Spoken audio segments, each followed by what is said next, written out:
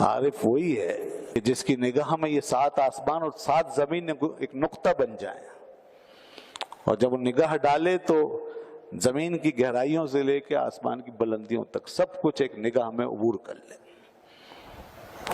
جو حق تک پہنچ جاتا ہے تو دنیا کا فاصلہ پھر کیا رہ جاتا ہے اس کے لیے؟ یہ دنیا کا جو فاصلہ ہے یہ صرف اس کے لیے ہے جس کو حق تک کا فاصلہ جس نے عبور نہیں کیا، اور جو حق تک پہنچنے کا فاصلہ عبور کر لے تو اس سے زیادہ کوئی فاصلہ نہیں، پھر سارے فاصلے ظاہری ہیں، وہ خود بخود پھر طے ہو چکے ہوتے ہیں۔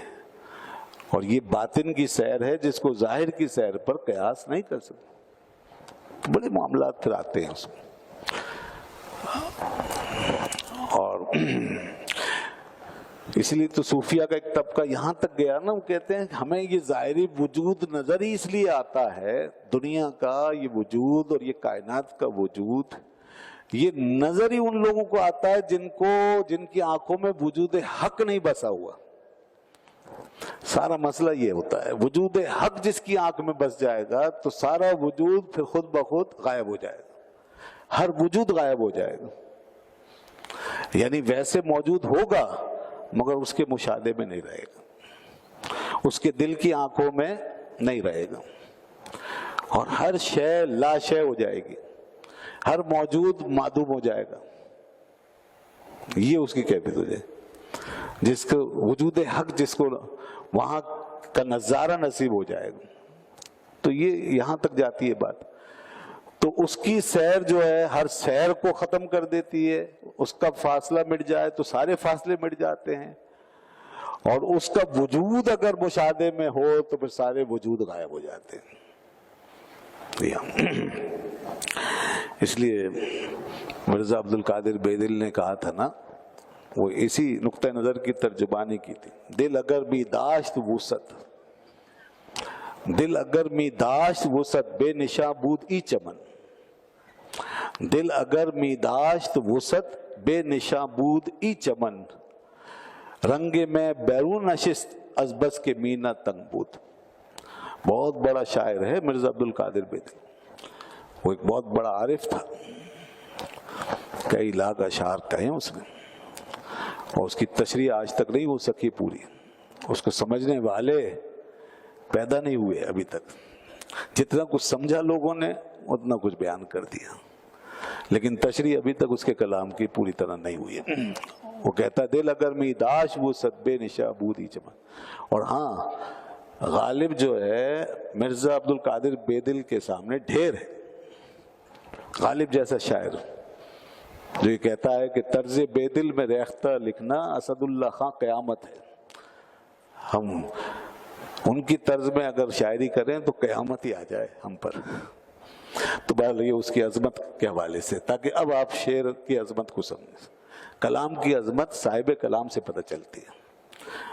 باتیں بہت سی ایک جیسی ہوتی ہیں، عام خام سی ہوتی ہیں، لیکن جب وہ منسوب ہو جاتی ہیں کسی بڑے عظمت والے لوگوں سے تو وہ کلام عظیم ہو جاتا ہے، پھر اس میں معنی اور پہلو پیدا ہو جاتے ہیں۔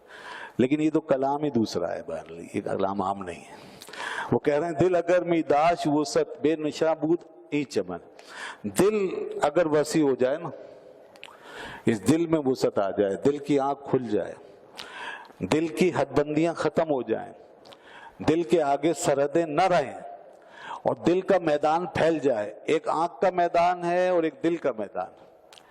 آنکھ کا میدان آپ سمجھتے ہیں جہاں تک جاتا ہے، دل کا میدان وہ کہتے ہیں جب دل کا میدان پھیلے گا تو پھر دل دیکھے گا۔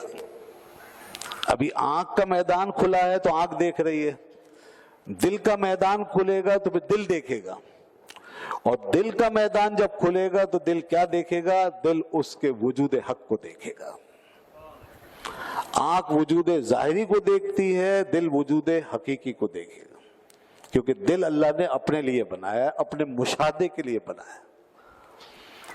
اب لوگوں کے دلوں کی آنکھ بند ہے تو اس لیے لوگ انکار بھی کر دیتے ہیں، آنکھ سے جب نظر نہیں آتا تو کہتے ہیں جی ہے نہیں، کوئی کچھ نہیں ہے، جیسا کہ اب الہاد بے دینی کا حال ہے۔ تو لیکن دل کی دنیا میں جائیں تو پھر پتہ چلے گا۔ فرماتے ہیں دل کی آنکھ کھلی، دل کا میدان کھلا تو وجود حق تک پہنچے گا.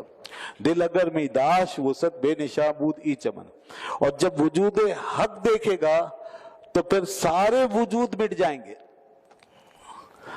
پھر کوئی اور وجود اس دل کے اندر نہیں آئے, دل میں دوسرا وجود ہی نہیں آئے گا. جب وجود حق آئے گا تو سارے وجود مٹ جائیں گے, اور جب سارے وجود مٹ جائیں گے تو پھر بس وہ مشاہدہ حق کرے گا اور حقیقی وجود کو دیکھے گا اور پھر اسی کی بات کرے گا. اس لیے آگے کہتے ہیں کہ دل اگر میداش وسعت بے نشاں بود ای چمن رنگ میں بیرون نشست از بس کے مینا تنگ بود. کہتے ہیں دراصل ہماری آنکھ جو ہے یہ ساری دنیا اور کائنات کا مشاہدہ اس لیے کر رہی ہے کہ اصل میں ہماری آنکھ تنگ ہے, ہماری آنکھ تنگ ہے, اور جب کوئی چیز تنگ ہو تو پھر باہر نکل جاتی, حقیقی مشاہدے سے باہر نکل گئی. جیسے کہ میں جو ہوتی ہے نا شراب, تو شراب کا جب وہ مینا یعنی جام تنگ ہوتا ہے نا تو اس کی وجہ سے اس کا رنگ اور اس کی جھلک باہر نظر آتی ہے, کیونکہ وہ جام جو ہے وہ اس کو سما نہیں سکتا, وہ محدود ہے, اس لیے اب وہ باہر چھلک گئی اور اس کا رنگ باہر آ گیا. تو اسی طرح جب آنکھ محدود ہوئی تو گزر کے باہر چلی گئی, تو جب یہ آنکھ جو ہے یہ کھلی اور گزر کے نکل گئی تو اس کے اندر سما گئی یہ ساری کائنات. لیکن اگر دل کی دنیا وسیع ہوتی تو پھر آنکھ سے کام نہ لیتا آدمی, اور دل جو ہے وہ اتنا وسیع ہے, اتنا وسیع ہے کہ وہ پھیلتا پھیلتا چلا جاتا, بڑھتا اور اتنی وسعت پاتا کہ وجود حق اس میں سما جاتا, وجود حق اس میں سما جاتا اور صرف ایک ہی مشاہدہ رہ جاتا اور وہ ہوتا مشاہدہ حق. بس سمجھ میں آئی بات, مشکل تو نہیں ہو گیا کہ مشاہدہ حق یہ ہے, اصل میں دل کی چیز ہے. اب دیکھیں نا وہ حدیث بھی اسی ضمن میں سمجھ لیں. اللہ کے رسول صلی اللہ علیہ وسلم نے حدیث قدسی بیان فرمائی. اللہ تعالیٰ ارشاد فرماتا ہے لا یسعنی ارضی ولا سمائی, نہ مجھے میری زمین سما سکتی ہے نہ آسمان سما سکتا ہے, میں کسی میں نہیں سما سکتا. ولیکن یسعنی قلب مومن, لیکن میں اگر سما سکتا ہوں تو مومن کے دل میں سما سکتا ہوں. تو بھائی بات یہ ہے کہ عام مومن جو ہے وہ ایمان کی دائرے میں اس کو سمائے ہوئے ہیں, یقین کے ساتھ, ایمان کے ساتھ. یہی ہے نا ہمارا ایمان. اور یہ جو لوگ ہیں ان کا معاملہ دوسرا ہے, یہ مشاہدے کے دائرے میں اس کو سمائے ہوئے ہیں. ایک یقین اور ایمان کے دائرے میں سمائے ہوا آدمی ہے اور ایک مشاہدے کے دائرے میں سمایا ہوا آدمی ہے. تو جو ایمان اور یقین کے دائرے میں سمایا ہوا ہے جو کچھ اس دائرے میں, تو اب ہمارا ایمان صرف اسی کے لیے رہ گیا ہے کہ نہیں, دوسرا کوئی نہیں جس پہ ہم ایمان لائیں. اسی پر ایمان لائیں گے یا اس کے کہنے سے ایمان لائیں گے, اور جس سے اس نے منع کر دیا اس پہ ایمان نہیں لا سکتے. تو یہ ہوئی اسی کی بات. تو ایمان کا دائرہ جب اس کے ساتھ وابستہ ہوا تو ایمان کی دنیا میں صرف وہی رہ گیا, اور ایسے ہی جب مشاہدے کا دائرہ اس کے ساتھ وابستہ ہوتا ہے ان کا, تو پھر مشاہدے کی دنیا میں بھی وہی رہ جاتا ہے, باقی سب نکل جاتے ہیں. یہ ہے اصل میں اس کا معاملہ کہ وہ اپنے ساتھ کسی اور کو گوارا کرتا ہی نہیں. یہ وجود حق کی شان ہے, وہ اپنے ساتھ کسی اور کو گوارا نہیں کرتا. یہ اس کی غیرت کے منافی ہے کہ آپ اس پہ بھی ایمان لائیں اور اس کے دشمن پہ بھی ایمان لائیں. آپ اس کو بھی مانیں اور اس کے غیر کو بھی مانیں نہیں, اس کو مانے اور جس کو مانے اس کی وجہ سے مانے. یہ وہ چاہتا ہے بس, اور اس کے غیر کو کہیں داخل ہونے دیا تو ایمان کے دائرے میں غیر آیا تو کفر. یاد رکھیں, ایمان کے دائرے میں اگر غیر آیا تو اسلام سے باہر, شریعت سے باہر, اور اگر مشاہدے کے دائرے میں غیر آیا تو طریقت سے باہر. چھٹی, طریقت کا کام نہیں ہے. اب آپ ان حلقوں میں نہ بیٹھیں, اب اپنے آپ کو شریعت کے دائرے میں, دین کے دائرے میں رہنے دیں. مسلمان ہیں, باقی یہ نہ کہیں کہ میں کوئی صوفی بن گیا. خواجہ خواجگان جس دنیا کے لوگوں میں ہیں یہ وہ دنیا ہے جہاں لوگ مشاہدے کا دائرہ لے کر آتے ہیں اور صرف وجود حق پر نظر رکھتے ہیں تو ان کے ساتھ بیٹھتے ہیں اور ان کی سلک میں داخل ہوتے ہیں. یہ وہ ہستیاں ہیں. تو اسی لیے جب وہ اس دائرے میں کے مسافر بنتے ہیں تو ان کی ایمان و یقین کی کیفیت اور ہوتی ہے. تو اب دیکھیے اسی لیے تو فرماتے ہیں دوستو یہ طریقت کے جتنے سلسلے ہیں نا وہ سب اسی حقیقت کے غماز ہیں. اصل میں طریقت کے تمام سارے قادریہ ہو، چشتیہ ہو، نقشبندیہ ہو، سب. مثلا قادریہ سلسلہ، جو قادریہ سلسلہ ہے وہ کیا ہے؟ اس میں تصفیہ روح ہے. روح کے تصفیہ کی بات ہوتی ہے. روح کو صاف کرو، اجلا کرو، کلین کرو، واش کرو، اس کو چمکا لو یہاں تک کہ ساری قدورتیں دور ہو جائیں. تو وہ روح کا تصفیہ کر کے اس کی قدورتوں کو دور کر دیتے ہیں. اور جب اس کی قدورتیں دور ہو جاتی ہیں تو پھر جو صور عالیہ ہیں وہ اس میں جلوہ کرتی ہیں.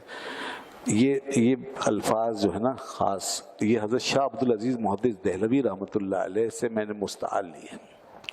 یہ ان کے الفاظ ہیں جو انہوں نے اس کی وضاحت فرمائی ہے.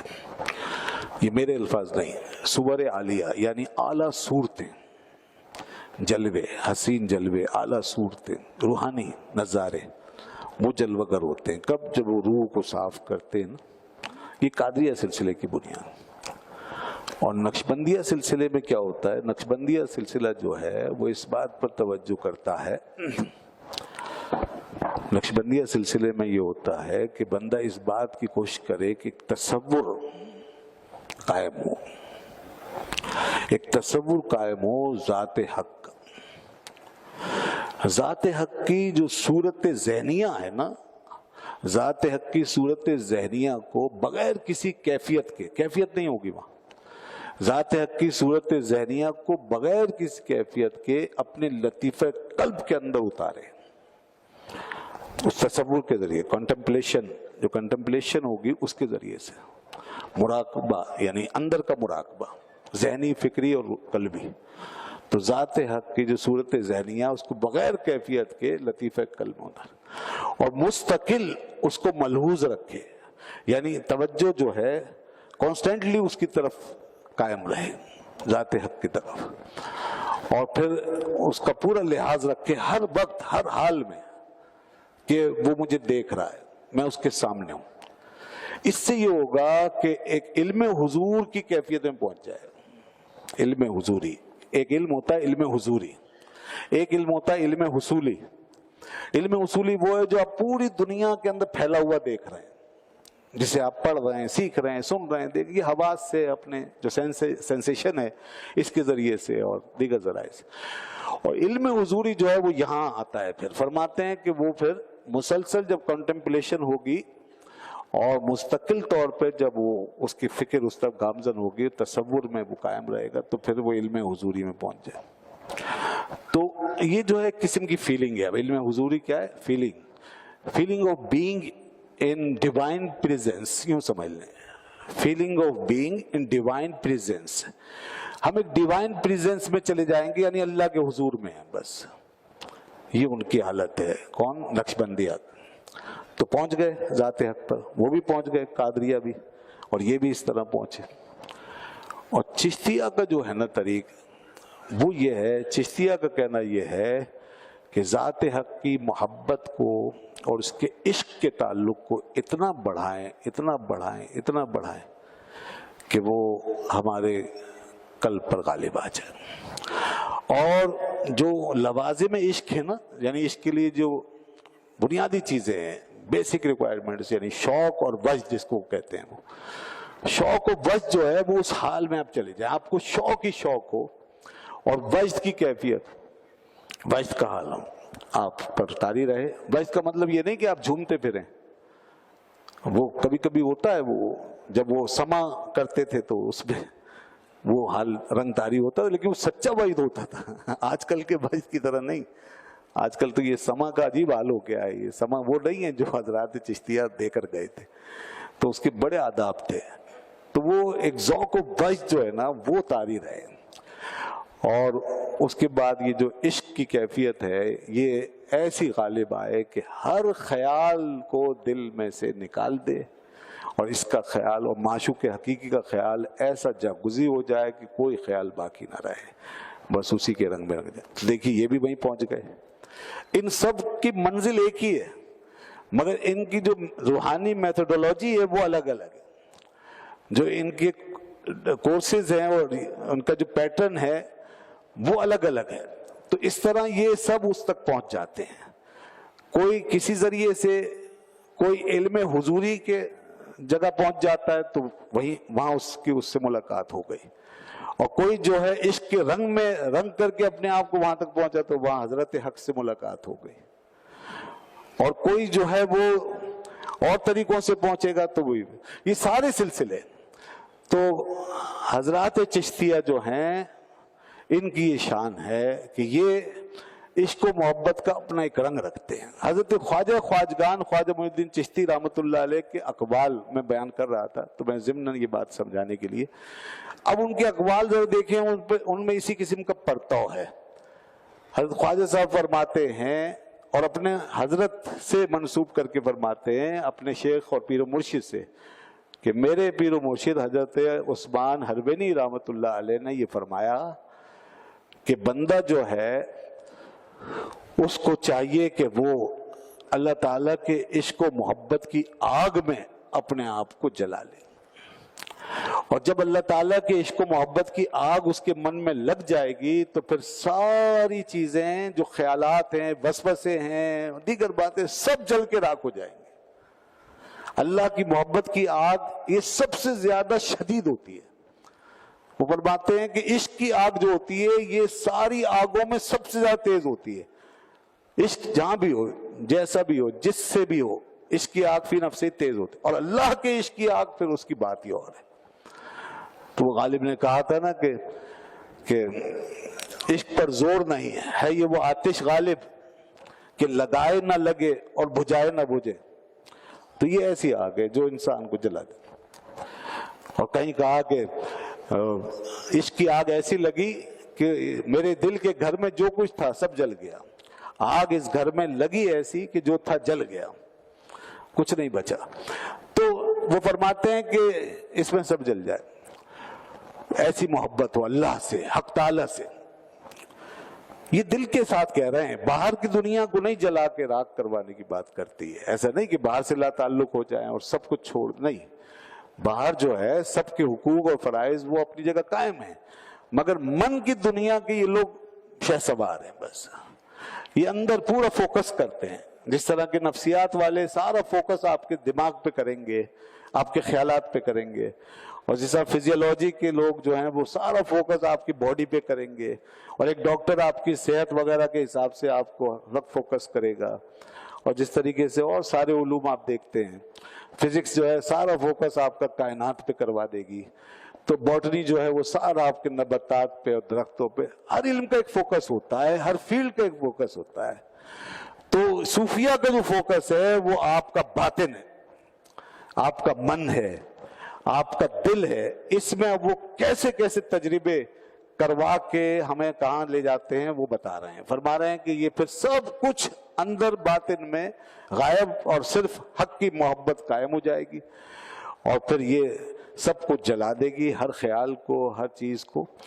فرماتے ہیں جیسے تم نے دیکھا ہے نا ندیوں کا شور کیسے بپھرتی ہوئی بہتی ہوئی جاتی ہیں, لیکن جو ہی سمندر میں پہنچتی ہیں, ایک بڑے ظرف میں پہنچتی ہیں, تو خاموش ہو جاتی ہے. ندیوں کا شور دیکھو سمندر میں کیسا گم ہو جاتا ہے, کہاں پوری دنیا میں شور مچاتی پھرتی, اور جو ہی بڑے ظرف میں پہنچی ختم. اسی طرح اللہ کی محبت کا جو سمندر ہے نا, جب اس میں جو چیز بھی جاتی ہے اس کا سارا زور اور شور ختم, سارا ختم. پھر بس بندے میں یکسوئی ہوتی ہے, تامل ہوتا ہے, اور پھر اس کے اندر جو رنگ بھی ہو, جلال ہو تو کوئی جلال اس کا مقابلہ نہیں کر سکتا, اور جمال کا رنگ ہو تو کوئی جمال اس کا سامنا نہیں کر سکتا. پھر وہ الگ الگ رنگ ہے, کبھی جمال حق بنتا ہے, کبھی جلال حق کی مثال بنتا ہے. تو حضرت خواجہ صاحب تو جمال حق کی مثال بن گئے تھے.